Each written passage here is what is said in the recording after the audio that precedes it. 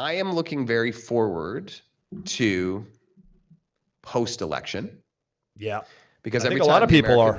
I think a lot of people Americans have an election, I'm fortunate because, as you know, I live in the Cayman Islands, so we don't get bombarded with the American media constantly like people are in America. As soon as I go to America, I feel this pressure, this weight almost around me all the time. I'm so happy to leave when I come back to my little island. It's stressful, man. I agree. It's by design, right? So it's just the way the system is built here. It's a really aggressive system from food to government, right? To medicine, to pharma. It's just to health insurance. I mean, you could look at all pockets to energy. Everything is just so complex and everything is so overcomplicated. And there's just so many conflicts of interest. It's so bad. Heightened all the time. Yeah. It's so heightened. But now it is stressful though. You're right. From an outsider coming in, I can see that. Every 4 years, everything gets ratcheted up to the highest level possible. And everybody feels this stress in their, emotional energy systems. And unfortunately, what ends up happening every 4 years, almost by clockwork, and I've been talking about this for 6 months on this show, is it puts consumers, and in many cases, business owners, in a state of flux. Absolutely. And they sit and they wait to see what's going to happen. Yeah. Bad for everybody, by the way. And so what happens is, sales become harder, profits become harder, mobility becomes harder, lending becomes harder, all of these things become harder. Yep, true. And then it's like this big elastic band that stretches and stretches and stretches, and it gets worse and worse and worse and worse and worse, right to the point where the election finishes, and then the elastic band snaps, and there's this big feeling of exhale.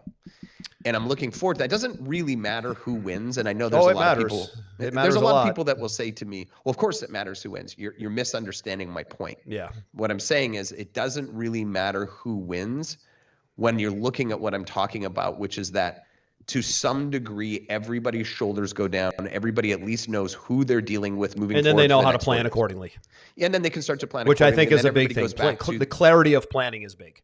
Yeah, and then they go back to the things that matter to them, their family, their finances, their fitness, the distraction, the theater goes away. And so I'm very excited that will be coming to an end soon, but I'm not immune to the fact that things may get crazier between now and then. Well, we were talking pre-show, and my biggest concern is because Aaron, I don't know what has happened. I'm 51 years old. So when I grew up, I like to say my childhood is essentially the 80s, right? The 10 years of the 80s was probably the most formidable years for me.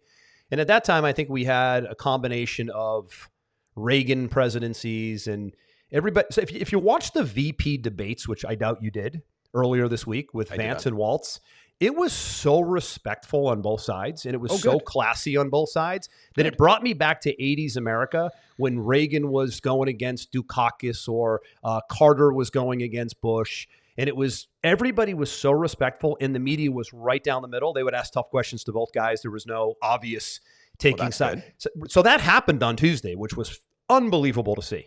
I'm sure that was refreshing I can say, not knowing a lot about Vance, he's as sharp as a tack and is probably the most respectful, kind person I've ever heard on the podium.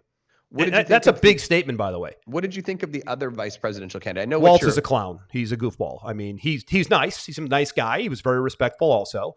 But he's a goofball. I mean, you can't take a guy seriously who passed a bill in Minnesota to put tampons in the boys' bathrooms of schools. Conversation's over. By the way, that's fact. You also can't take a guy seriously who kept those kids out of school in Minnesota for almost 2 years due to COVID. At home on Zoom for almost 2 years, Aaron. Can't take a guy like that seriously. The system owns him, right? Wow. The COVID and the transgender complex owns him, so that guy is nothing. But a nice guy. It was nice to see a nice conversation where he would look at Vance and go, thank you, I appreciate that. I agree with you on that, but I don't agree with you on this. It was really nice.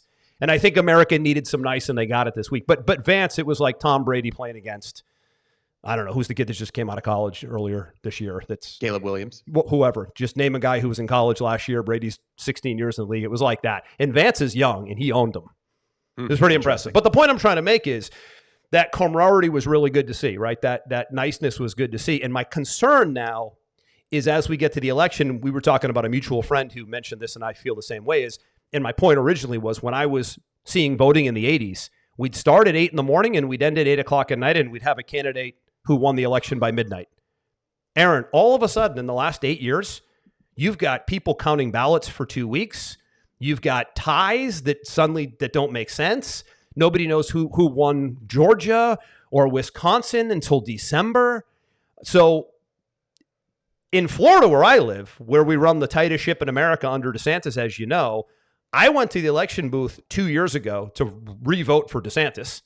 Actually, to vote for DeSantis for the first time. I'd never even voted in a local election until 2 years ago because I wasn't really following politics until the COVID sham, right?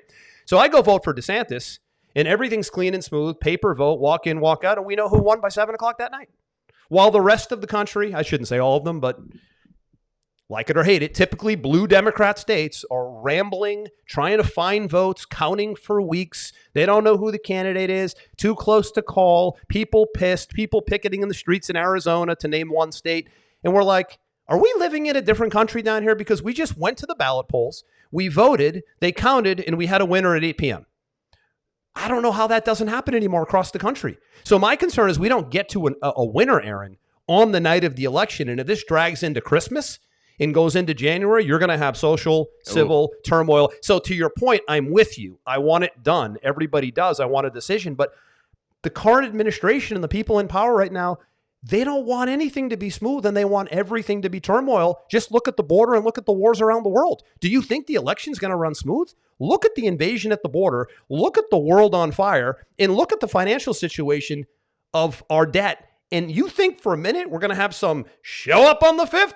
Can't wait to hear who won at 10 o'clock that night so we can get back to work. I don't think it's going to I wouldn't be surprised if we didn't know who the winner was in November.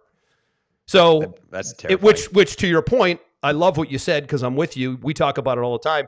When can we get past this so we can get on to business and figure out who's the president and what their policies mean to business so we can make adjustments? I don't see it happening even in the month of, and I hope I'm dead wrong. That's the thing about my predictions or my intuitions. Most of the time, I just pray I'm wrong. It would be great.